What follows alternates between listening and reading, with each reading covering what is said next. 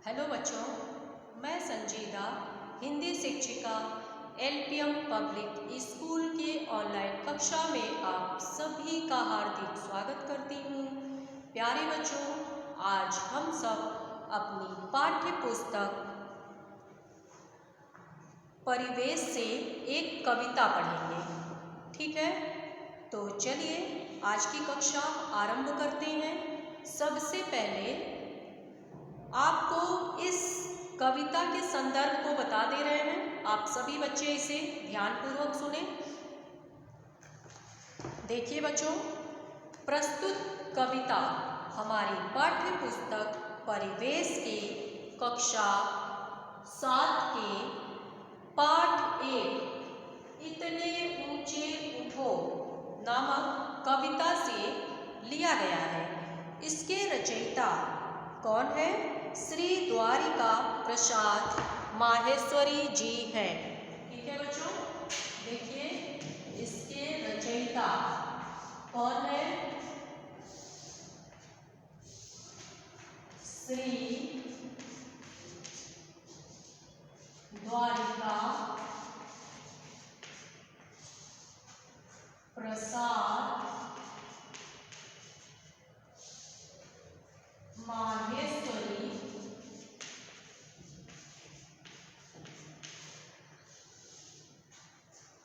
जी है। ठीक है बच्चों, आपको पता होगा कि गद्य जो कहानी होती है उसको कौन लिखता है? उसको लिखने वाले को लेखक कहते हैं। और अगर पुरुष है तो लेखक, और अगर स्त्री लिखती है तो उसे लेखिका बोलते हैं। लेकिन अभी तो हम लोग कविता पढ़ने जा रहे हैं, तो कविता को लिखने वाले को क्या बोलते हैं? कविता को हम लोग पद्य बोलते हैं, पद्यांश भी बोल सकते हैं। ठीक है, तो कविता को लिखने वाले को रचयिता बोलते हैं, कवि बोलते हैं, और अगर स्त्री है तो कवयित्री बोलते हैं। ठीक है बच्चों, इस चीज का ध्यान दीजिएगा। कवि पुल्लिंग है और इसका स्त्रीलिंग क्या होगा? कवयित्री। कवयित्री कैसे लिखते हैं इस चीज को आप लोग याद कर लीजिएगा। ठीक है, कवयित्री। तो चलिए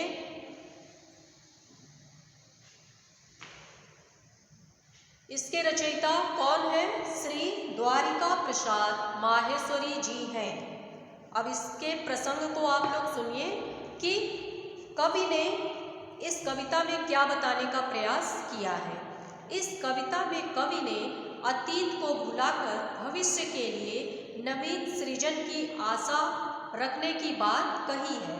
वह धरती पर स्वर्ग लाना चाहता है और इस संसार में भेदभाव, ईर्ष्या और द्वेष को त्याग कर सभी को समभाव से देखने का संदेश देता है।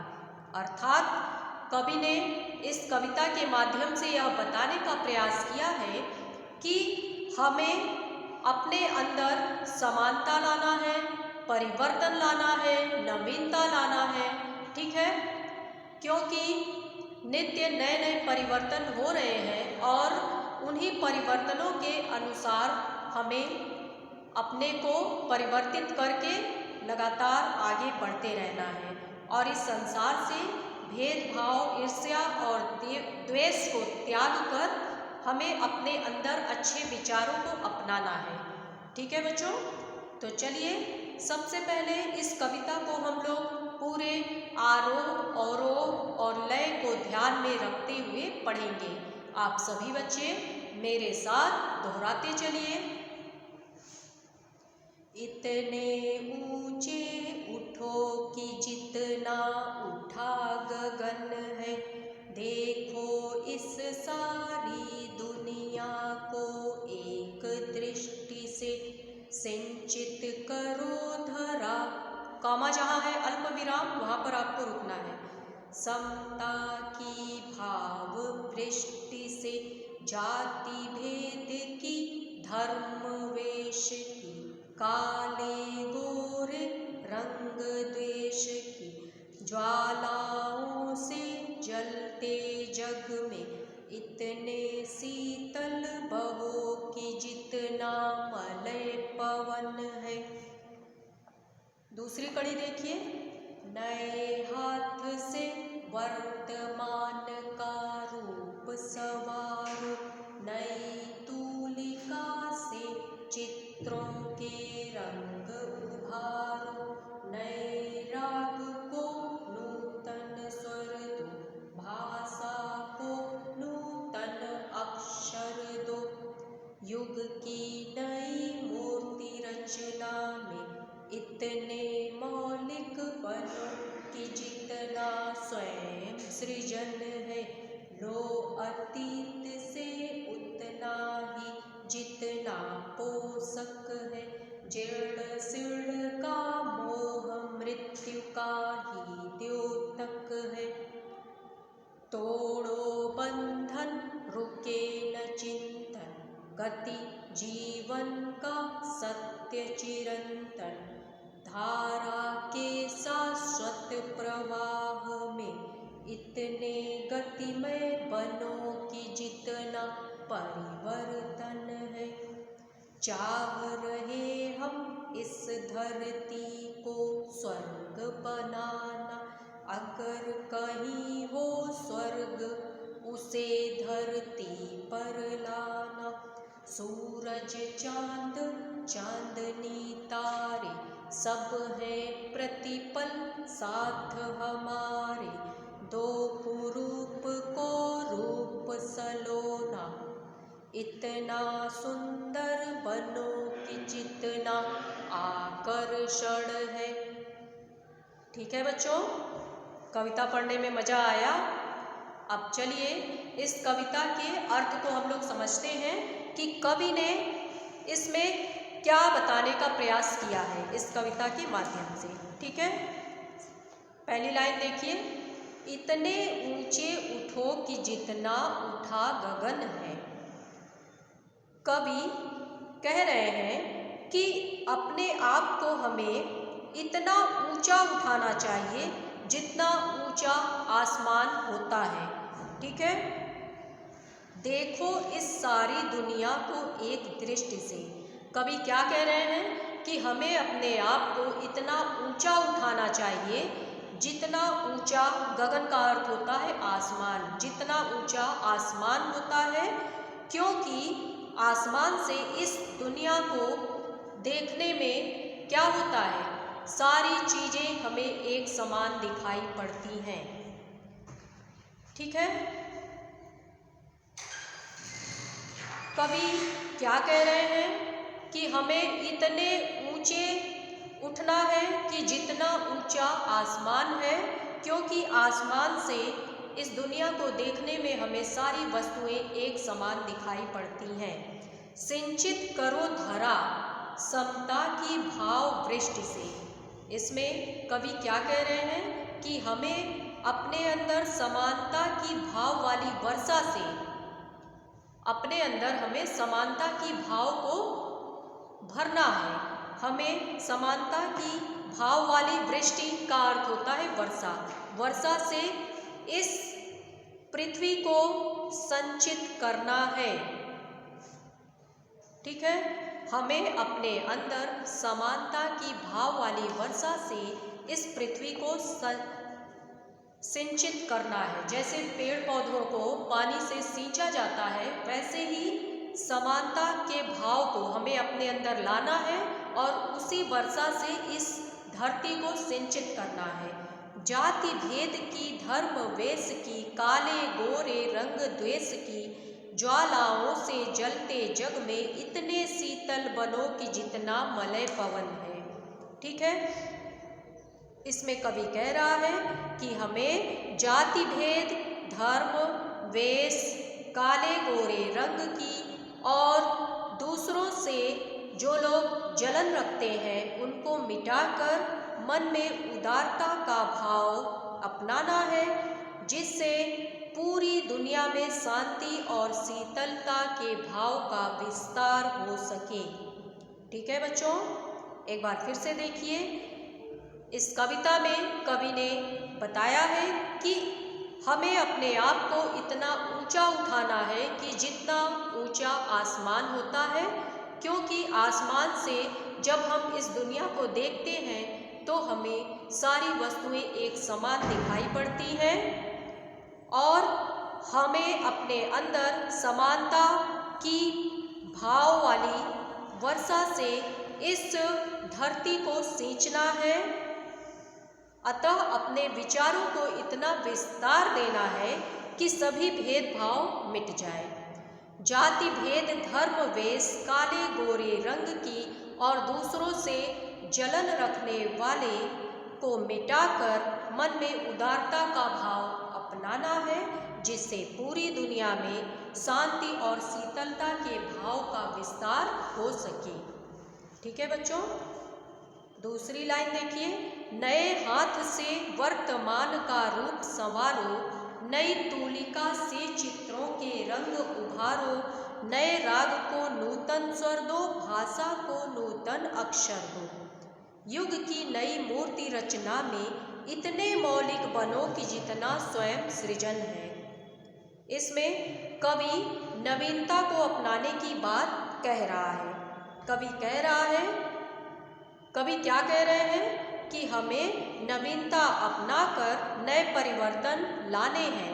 अपने वर्तमान को नए विचारों से प्रगति को अपनाते हुए परिवर्तन लाना है। अर्थात हमसे अतीत में जितनी भी गलतियां हुई, हमें उन्हें वर्तमान में सुधार करना है। सुधार करके अपने वर्तमान को परिवर्तित करना है और हमें अपने अंदर नया राग, नया स्वर और भाषा को नया अक्षर देना है और हमें इतना मौलिक बनना है। मौलिक का अर्थ होता है वास्तविक। वास्तविक मतलब हम जो अपनी आँखों से जो कुछ भी देखते हैं उसे ही वास्तविक बोलते हैं। ठीक है, तो कवि क्या बोल रहे हैं कि जब तक हम वास्तविक नहीं बनेंगे तब तक क्या होगा, हमें स्वयं को वास्तविक बनना पड़ेगा, तभी हम नए युग की रचना कर सकते हैं। फिर से देखिए, इसमें कवि ने नवीनता लाने की बात कही है और कहा है कि हमें नवीनता अपनाकर नए परिवर्तन लाने हैं। हमें वर्तमान को नए विचारों से प्रगति को अपनाते हुए परिवर्तन लाना है। हमें अपने वर्तमान को सुधारने का प्रयास करना है और जब तक हम वास्तविक दुनिया से नहीं जुड़ेंगे तब तक हम वास्तविक नहीं बन सकते। हमें वास्तविक बनकर ही नए युग की रचना करनी है। अगला देखिए, लो अतीत से उतना ही जितना पोषक है, जीर्ण शीर्ण का मोह मृत्यु का ही द्योतक है। इसमें कवि क्या कह रहे हैं कि हमें अतीत से उन्हीं बातों को ग्रहण करना चाहिए जो कि हमारे लिए लाभदायक हो, क्योंकि अतीत में बहुत सारी अच्छी बुरी बातें होती हैं, तो हमें सभी बातों को साथ लेकर नहीं चलना है। हमें केवल अपने अतीत से उन्हीं बातों को ग्रहण करना है जो कि हमारे लिए लाभदायक हो, जो प्रगति में बाधा डालती हो उसे त्याग देना चाहिए। अगर हम पुरानी बातों का मोह करेंगे तो हमारी मृत्यु हो जाएगी, अर्थात हमारा जीवन खत्म हो जाएगा, हमारी गति रुक जाएगी और गति रुकने का मतलब ही होता है मृत्यु हो जाना। ठीक है बच्चों, तो हमें शाश्वत रूप से लगातार आगे बढ़ते रहना है, यही जीवन का सत्य है। हम इस धारा के साथ आगे बढ़ते हैं, हम तभी इस जीवन को सफल बना सकते हैं। अर्थात हमें इतना गतिमय बनना है कि जितना परिवर्तन हम अपने अंदर ला सकते हैं उसे ला सकें। एक बार फिर से देखिए, लो अतीत से उतना ही जितना पोषक है। इसमें कवि कह रहे हैं कि हमें अतीत से उतनी ही बातों को ग्रहण करना चाहिए जो कि हमारे लिए लाभदायक हो, जो हमारी प्रगति में बाधा बने, ऐसी बातों को हमें त्याग देना चाहिए। अगर हम पुरानी बातों का मोह करेंगे तो हमारा हमारे जीवन की जो गति है वह रुक जाएगी और हमारी मृत्यु हो जाएगी। तो हमें मोह के बंधन को तोड़कर गहराई से सोचते हुए आगे बढ़ना है और यही लगातार आगे बढ़ने की गति जीवन का सत्य है। इसी धारा के प्रवाह में हमें इतना गतिमय बनना है कि जितना नया परिवर्तन हमारे अंदर आ सकता है हमें उस परिवर्तन को अपनाना है। ठीक है बच्चों, अगली लाइन देखिए। चाह रहे हम इस धरती को स्वर्ग बनाना, अगर कहीं हो स्वर्ग उसे धरती पर लाना। इस चौथी लाइन में कवि यह कह रहे हैं कि हम इस धरती को स्वर्ग बनाना चाह रहे हैं, अगर कहीं स्वर्ग हो तो उसे हम धरती पर लाएंगे। सूरज चांद चांदनी तारे सब हैं प्रतिपल साथ हमारे। और इस धरती को स्वर्ग बनाने के लिए सूरज चांद चांदनी तारे सभी हमारे साथ हैं। दो कुरूप को रूप सलोना, इतने सुंदर बनो कि जितना आकर्षण है। इसमें कवि क्या कह रहे हैं कि हमें कुरूप को सुंदर रूप देना है और हमें स्वयं को इतना सुंदर बनाना है कि लोग हमारी तरफ आकर्षित हों। अब सुंदर से मतलब क्या है? इसका मतलब ये है कि हमें अपने अंदर अच्छे विचारों को अपनाना है ताकि हमारे विचारों को लोग ग्रहण करें और हमारे विचारों की तरफ लोग आकर्षित हों। ठीक है, तो चलिए एक बार फिर से इसको देखिए। चाह रहे हम इस धरती को स्वर्ग बनाना। इसमें कवि कहते हैं कि इस धरती को हम स्वर्ग में बदलना चाहते हैं और इस कार्य को करने में सूरज चांद चांदनी तारे पूरी सृष्टि हमारे साथ हैं। हर क्षण हर पल वे परिवर्तन के साथ आगे बढ़ते हैं। ठीक उसी प्रकार हमें भी परिवर्तन को अपनाकर धरती को स्वर्ग बनाना है। जो लोग कुरूप हैं, बेकार हैं, जिनके अंदर बहुत सारी कमियां हैं, हमें उन्हें सुधार कर सुंदर रूप देना है और हमें स्वयं में भी परिवर्तन लाना है ताकि लोग हमारी तरफ आकर्षित हो सकें। अर्थात अपने अंदर हमें अच्छे विचारों को अपनाना है। जब हमारे अंदर अच्छे विचार होंगे तो हमारे विचारों को लोग अपनाएंगे और हमारे विचारों की तरफ लोग आकर्षित होंगे। ठीक है बच्चों, तो इस कविता में कवि ने जो पहली पंक्तियां हैं इसमें उन्होंने क्या कहा है? उन्होंने इस धरती पर समानता के भाव को अपनाने की बात कही है और दूसरी लाइन में उन्होंने नवीनता के बारे में बताया है और तीसरी लाइन में परिवर्तन के बारे में और चौथी लाइन में धरती पर स्वर्ग बनाने की बात कही है। तो नित्य नए नए परिवर्तन हो रहे हैं और हमें उन्हीं परिवर्तनों के साथ आगे बढ़ना है। हमें पुरानी बातों को पकड़कर नहीं चलना है। हमें नए परिवर्तन के साथ आगे बढ़ते रहने का प्रयास करना चाहिए और अपने अंदर नए विचारों को लाना है ताकि हमारे विचारों को लोग सुने समझे और हमारे विचारों को लोग अपनाकर हमारी तरफ आकर्षित हों।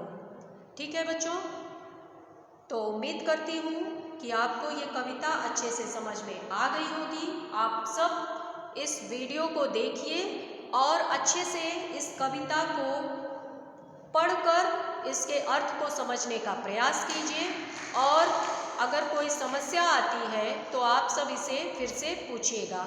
ठीक है बच्चों, तो चलिए अब आज के लिए बस इतना ही। धन्यवाद।